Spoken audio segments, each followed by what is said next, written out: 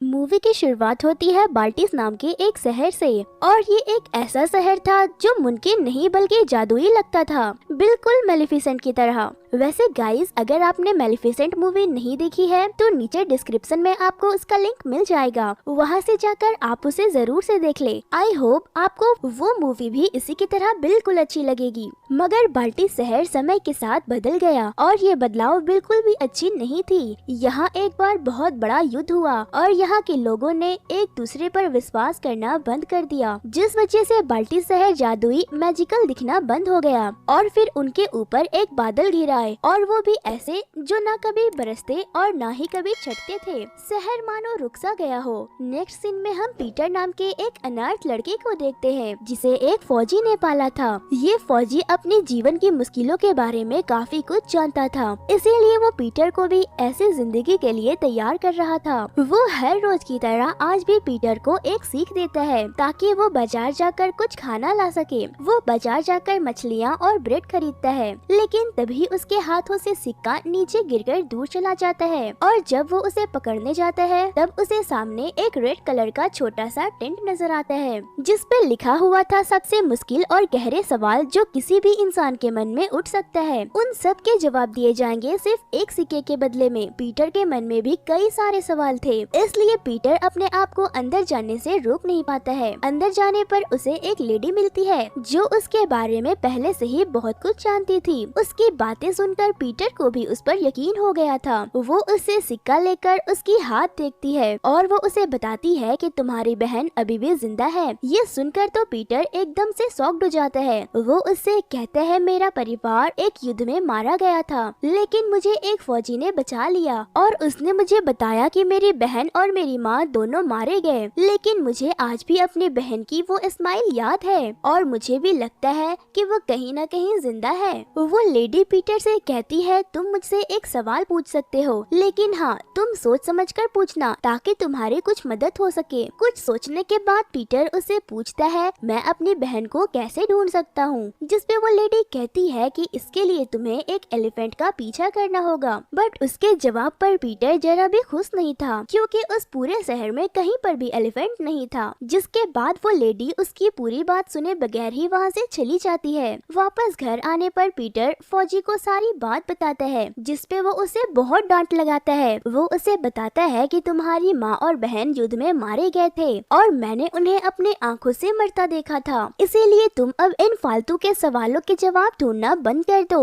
वो फौजी पीटर को एक कहानी की बुक दिखाता है और उसे बताता है कि मेरे ग्रुप में एक डिस्मिड नाम का फौजी हुआ करता था। वो जब भी इस बुक को पढ़ता था तो उसकी आंखों में आंसू आने लगते थे और वो कमजोर होता जा रहा था। लेकिन एक दिन चुपके से मैंने उसकी ये बुक चुरा ली, जिसके बाद से वो हमारे ग्रुप का सबसे ताकतवर फौजी बन गया। वो पीटर से कहता है कि जहाँ पर आराम होगा वहाँ पर कमजोरी भी होगी और जहाँ कमजोरी होगी वहाँ कभी एक फौजी नहीं मिल सकता है। इसीलिए वो पीटर से कहता है कि आज जो तुमने सुना है एलिफेंट के बारे में वो सिर्फ एक कहानी है जिनका रियल लाइफ से कोई लेना देना नहीं है, क्योंकि अगर यहाँ कोई एलिफेंट होता तो वो हमें कहीं न कहीं नजर आता। जिसके बाद वो पीटर को वही कमरे में फौजी की तरह परेड करने को कहता है, जिसकी वजह से उनके नीचे में रह रहे मिस्टर एंड मिसेस मार्टिन को दिक्कत होने लगती है। इसलिए मिस्टर मार्टिन बाहर आकर पीटर को डिनर के टाइम पर परेड बंद करने को कहते हैं, जिस पर पीटर उन्हें बताता है कि आज मुझे खाना न लाने की वजह से सजा मिली है और वो उसे एलिफेंट वाली बात भी बताता है कि अगर मैं उसका पीछा करूं तो मेरी बहन मिल सकती है। उसकी बात सुनकर मार्टिन उसे कॉन्फिडेंस देते हुए कहता है कि क्या पता तुम्हारी बात सच साबित हो और तुम्हें सच में एक ऐसा ही एलिफेंट मिल जाए। वहीं दूसरी तरफ शहर में कहीं पर मैजिकल शो चल रहा था, लेकिन वहाँ के मैजिशियन की परफॉर्मेंस से कोई भी संतुष्ट नहीं दिख रहा था, जिस वजह से वो मैजिशियन थोड़ा सा सैड हो जाता है और वो कुछ सोचकर अपना आखिरी जादू दिखाने का कहकर एक लेडी को अपने पास बुलाता है। जिसके बाद वो एक मंत्र पढ़ने लगता है, लेकिन उसका जादू कुछ काम नहीं करता है और तभी कुछ पल में उस लेडी के ऊपर एक बड़ा सा हाथी आ गिरता है, जिस वजह से वहाँ वहाँ भगदड़ मच जाती है। वहीं दूसरी तरफ जब पीटर सो रहा था तो उसे उसकी बहन का सपना आता है, जिसकी वजह से वो जाग जाता है और सुबह उठकर उसी रेड कलर के टेंट के पास जाता है। बट वहाँ पर से अब वो टेंट गायब हो चुका था। वो वहाँ पर के लोगों से पूछने की कोशिश करता है, पर किसी को भी उसके बारे में पता नहीं था। फिर वो वहीं पर मौजूद लोगों से मैजिक शो में गिरे एलिफेंट के बारे में बातें करते हुए सुनता है, जिसे अभी वहाँ के सिपाहियों ने बंदी बनाकर रखा था। ये सुनकर पीटर को भी यकीन हो जाता है कि उसकी बहन सच में जिंदा है। वो खुशी के मारे चीखते चिल्लाते हुए जा रहा था कि अब एलिफेंट आ चुका है। वो जाकर मिस्टर मार्टियन से मिलता है। वो भी उसकी बात सुनकर बहुत खुश होते हैं। वो पीटर को उस एलिफेंट को उन सिपाहियों की कैद से छुड़ाने में उसकी मदद करने के लिए कहते हैं। अब पीटर जाकर ये बात फौजी को भी बताता है कि शहर में अब एलिफेंट आ चुका है, लेकिन अभी भी वो फौजी उसकी बातों को बकवास कह रहा था। वहीं पीटर अब फुल कॉन्फिडेंस में आ गया था कि अब कुछ भी हो जाए मैं अपनी बहन को ढूंढ कर ही रहूंगा। वहीं दूसरी तरफ वो मैजिशियन जेल में बंद और काफी ज्यादा हैरान था कि मेरी जादू से वो एलिफेंट कैसे आ गया। तभी वहाँ पर वो लेडी भी आ जाती है, जिसके ऊपर वो एलिफेंट गिरा था। वो जादूगर पर बहुत गुस्सा कर रही थी। वो उसे कहती है कि तुमने मेरे ऊपर जानबूझकर एलिफेंट गिरा दिया, पर वो जादूगर उसे बार बार यकीन दिलाने की कोशिश कर रहा था और कह रहा था कि मेरा जादू सही से काम नहीं कर रहा है। इधर मार्टियन वहाँ की रानी कॉन्टेस से जाकर पूछता है कि उस एलिफेंट को अभी कहाँ रखा गया है। यहाँ उसे पता चलता है कि उस एलिफेंट को एक कैदी की तरह कैद करके रखा गया है और हो सकता है कि इस राज्य की हिफाजत के लिए उसे मार दिया जाए। बट उसे छुड़ाने के लिए मार्टियन के दिमाग में एक और आइडिया आता है। वो उस देश के राजा को एलिफेंट के बारे में बताते हुए एक लेटर लिखता है, क्योंकि उसे पता था कि राजा कभी बाल्टिस नहीं आया है और उसे एंटरटेनमेंट देखना भी बहुत पसंद है। अगर उसे पता चला कि आसमान से एक एलिफेंट उसके शहर में गिरा है तो वो उसे देखने जरूर आएगा। और होता भी कुछ ऐसा ही है। राजा को उस एलिफेंट के बारे में पता चलते ही वो बाल्टिस जाने के लिए तैयार हो जाता है। शहर के सारे लोग अपने राजा का बहुत अच्छे से वेलकम करते हैं। वहाँ पीटर भी आया था। सभी लोगों ने एलिफेंट को बड़े अच्छे से पेंट करके राजा के सामने पेश किया, बट यहाँ पर पेंट के कारण एलिफेंट की आंखों में प्रॉब्लम होने लगती है और वो गुस्से से पागल होने लगता है, जिस वजह से वहाँ सभी लोग डरकर भागने लगते हैं और वहाँ मौजूद सैनिक उसे मारने के लिए आगे बढ़ते हैं। बट तभी वहाँ पर पीटर सामने आकर उन सभी को रोकता है और उस एलिफेंट की आंखों को एक गीले कपड़ों से पोंछ देता है ताकि वो शांत हो जाए। सभी लोग पीटर के काम को देखकर बहुत हैरान होते हैं। एलिफेंट वहाँ पर रखे पानी को लेकर अपने ऊपर डाल लेता है और शांत हो जाता है, जिसे देखकर सभी लोग तालियां बजाने लगते हैं। रानी कॉन्टेस पीटर के पास आकर कहती है क्यों ना तुम यहीं रहकर इस एलिफेंट की देखभाल करो, मगर पीटर ये कहकर उन्हें मना कर देता है कि ये एलिफेंट मेरी खोई हुई बहन को ढूंढने में मेरी मदद कर सकता है। इसीलिए पीटर रानी से कहता है कि इस एलिफेंट को आप मुझे दे दें। रानी कुछ कहती कि उससे पहले वहाँ का राजा आकर कहता है कि अगर तुमने मेरे दिए हुए 3 इम्पॉसिबल कामों को पूरा कर दिया तो मैं इस एलिफेंट को तुम्हें सौंप दूंगा।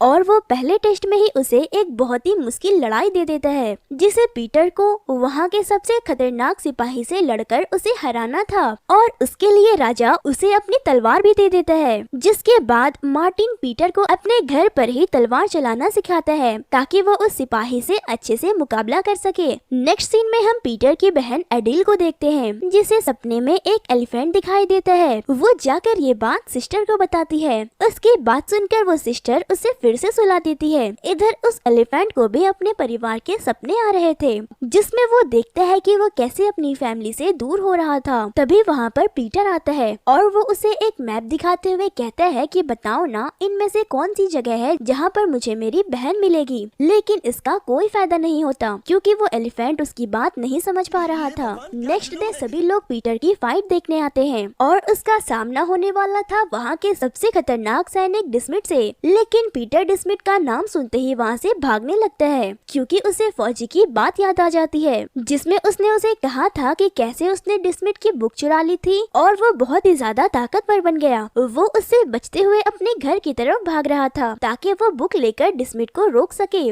वो उससे बचते बचाते उस बुक को लाकर उसके सामने रख देता है, जिसे देखकर डिस्मिट अचानक से वहीं पर रुक जाता है। बुक को देखकर डिस्मिट को अपने मॉम की याद आने लगती है और वो शांत हो जाता है। फिर वो अपने आप को बदलने का फैसला कर लेता है और पीटर के सामने वहीं पर सरेंडर कर देता है, जिसे देखकर सभी लोग तालियां बजाने लगते हैं। इसके बाद राजा दूसरा टास्क देते हुए कहते हैं कि अब तुम्हें उड़कर दिखाना होगा, और ये कहकर वो वहाँ से चले जाते हैं। अब पीटर एलिफेंट के पास आता है और कहता है कि क्या पता मैं कल उड़ पाऊँ भी या नहीं, लेकिन मैं वादा करता हूँ कि मैं तुम्हें यहाँ से जल्द छुड़ा लूंगा। एलिफेंट पीटर की आंखों में देखकर उसकी बातों को समझने की कोशिश करता है और उससे दोस्ती कर लेता है। इधर बाल्टी शहर के लोगों में फिर से पीटर की वजह से उम्मीद जागने लगी थी कि कुछ भी नामुमकिन नहीं है। वहीं एडिल को भी अब ये पता चल चुका था कि शहर में एलिफेंट आया है। वो जल्दी से सिस्टर को जाकर ये बात बताती है और सिस्टर से वहाँ जाने की रिक्वेस्ट करने लगती है। सिस्टर शहर जाने के लिए मान जाती है। वहीं पीटर अपने दूसरे टास्क उड़ने की तैयारी कर रहा था,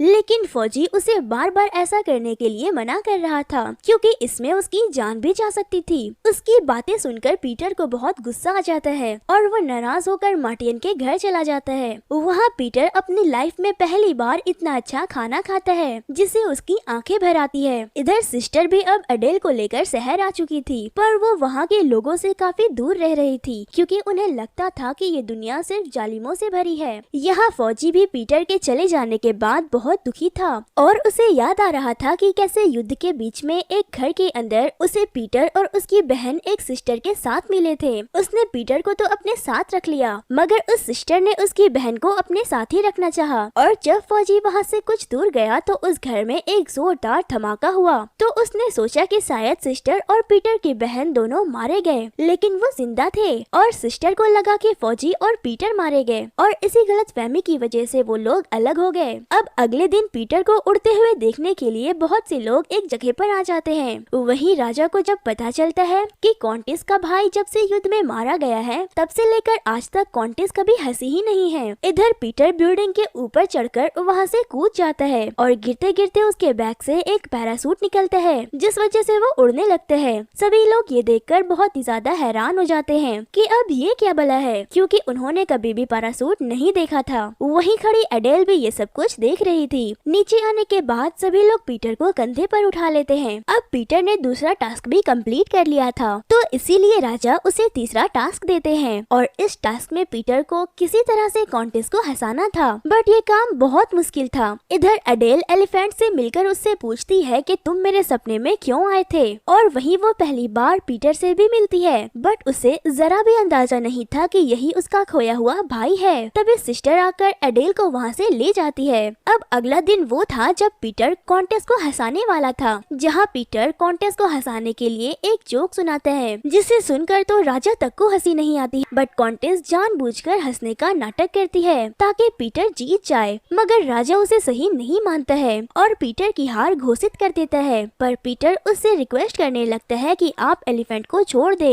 क्योंकि उसकी भी तो फैमिली है जहाँ उसे वापस जाना चाहिए। पहले तो पीटर उसे इसलिए जीतना चाहता था कि वो अपनी खोई हुई बहन को ढूंढ सके, लेकिन अब वो बस इतना चाहता है कि इस एलिफेंट को उसकी फैमिली वापस मिल जाए। बट राजा इसके लिए एग्री नहीं होता है और वो एलिफेंट को पकड़कर ले जाने लगता है। तभी एलिफेंट गुस्से में आकर राजा के ऊपर पानी फेंक देता है, जिसे देखकर कॉन्टेस जोर जोर से हंसने लगती है और उसके साथ साथ सभी लोग भी खूब हंसते हैं। अब राजा मान ही जाता है कि पीटर कॉन्टेस को हंसाने में कामयाब हो गया है। वो एलिफेंट को पीटर के हवाले कर देता है। पीटर भी खुशी के मारे एलिफेंट को गले लगा लेता है और वो एलिफेंट उसे उठाकर अपने सर पर बिठा लेता है। अब पीटर उस जादूगर के पास जाकर उस एलिफेंट को वापस से गायब करने को कहता है, लेकिन उस जादूगर को खुद पर यकीन नहीं था कि ये वो कर पाएगा। लेकिन वो बूढ़ी औरत उसे यकीन दिलाते हुए कहती है कि तुम एक बार ट्राई करके देखो, तुम ये कर सकते हो क्योंकि तुम जैसा अपने जादू से करना चाहते थे वैसा ही हुआ। उस एलिफेंट के गिरने से बाल्टिस शहर में फिर से बदलाव आ गए हैं और इनमें उम्मीद भी तुम्हारी वजह से ही जागी है। जिसके बाद सारे शहर वालों के सामने उस जादूगर ने उस एलिफेंट को अपने जादू से गायब कर दिया। तभी उस शहर के ऊपर जमे वो बादल भी छटने लगते हैं और एक बार फिर से उनके ऊपर सूरज की रोशनी पड़ती है। तभी पीटर के पास एडिल आती है और कहती है कि वो एलिफेंट तो तुम्हें अपनी तकदीर तक पहुंचा सकती थी, तो फिर तुमने उसे जाने क्यों दिया। तभी वहाँ पर सिस्टर आकर एडेल को अपने साथ ले जाने लगती है। वहीं फौजी भी आकर पीटर को शाबाशी देने लगता है। जब फौजी की नजर सिस्टर पर पड़ती है तो वो दोनों एक दूसरे को पहचान जाते हैं, जिसके बाद वो दोनों भाई भाई बहन भी एक दूसरे से मिलकर काफी खुश होते हैं और इसी के साथ बाल्टिस शहर भी एक बार फिर से पहले जैसा हो जाता है, जहाँ फिर से सब कुछ जादू के जैसा लगने लगता है। पीटर भी अपनी बहन को लेकर मिस्टर एंड मिसेस मार्टियन के घर रहने लगते हैं। मूवी के पोस्ट क्रेडिट सीन में हम एलिफेंट को देखते हैं जो अपनी फैमिली के साथ बहुत खुश था और वो पीटर को भी बहुत मिस किया करता था। और इसी के साथ ये मूवी यहीं पर एंड हो जाती है। तो दोस्तों, अगर आपको ये मूवी अच्छी लगी तो वीडियो को लाइक करके हमारे चैनल को जरूर से सब्सक्राइब कर दें। फिर मिलती हूँ किसी और इंटरेस्टिंग सी मूवी के साथ।